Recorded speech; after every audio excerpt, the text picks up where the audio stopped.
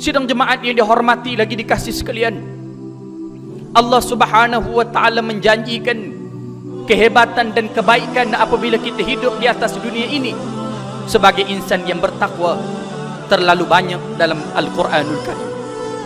Allah menunjukkan satu kisah yang Allah Subhanahu wa ta'ala menyebut dengan panjang lebar di dalam Al-Quranul Karim. Peperangan yang berlaku kepada umat Islam di medan Badar.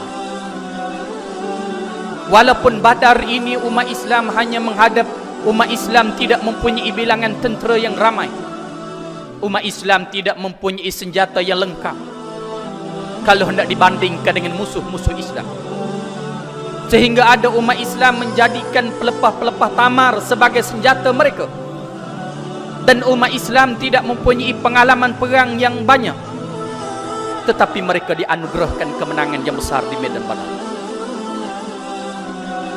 Bukan sebab senjata dan bukan sebab bilangan tentera. Kalau hendak dibandingkan dengan musuh Islam jauh lebih ramai dan jauh lebih baik daripada senjata. Tetapi mereka berperang dengan menggunakan senjata ala kadar, dengan menggunakan tentera yang ada sahaja. Tetapi mereka mempunyai bekal takwa yang tinggi, sehingga Allah menganugerahkan kemenangan kepada mereka. Badar tidak sekadar dipanggil Badar, tetapi dipanggil Badar Al-Kubra, Badar yang besar. Tidak lama selepas itu berlakunya peperangan Uhud. Akal memikir apabila umat Islam mencapai kemenangan di medan Badar, tidak ada masalah langsung untuk mencapai kemenangan di medan Uhud, kerana bilangan umat Islam di Uhud jauh lebih ramai daripada Badar. Senjata umat Islam di Uhud jauh lebih baik daripada Badar. Umat Islam sudah mempunyai pengalaman di Badar, dan umat Islam berada di atas bukit dan musuh Islam berada di bawah bukit. Adat kata umat Islam akan mencapai jauh lebih besar di Badar, kalau jauh lebih besar di Uhud kalau nak dibandingkan dengan Badar, kerana umat Islam mempunyai persiapan yang bagus.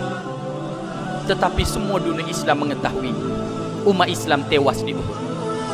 Tewas bukan sebab senjata, tewas bukan sebab bilangan tentera, tewas bukan sebab tempat tidak strategi, tewas kerana ada sebilangan kecil umat Islam meninggalkan bukit pemanah, walaupun dipesan oleh Nabi sallallahu alaihi wasallam, jangan tinggalkan bukit ini.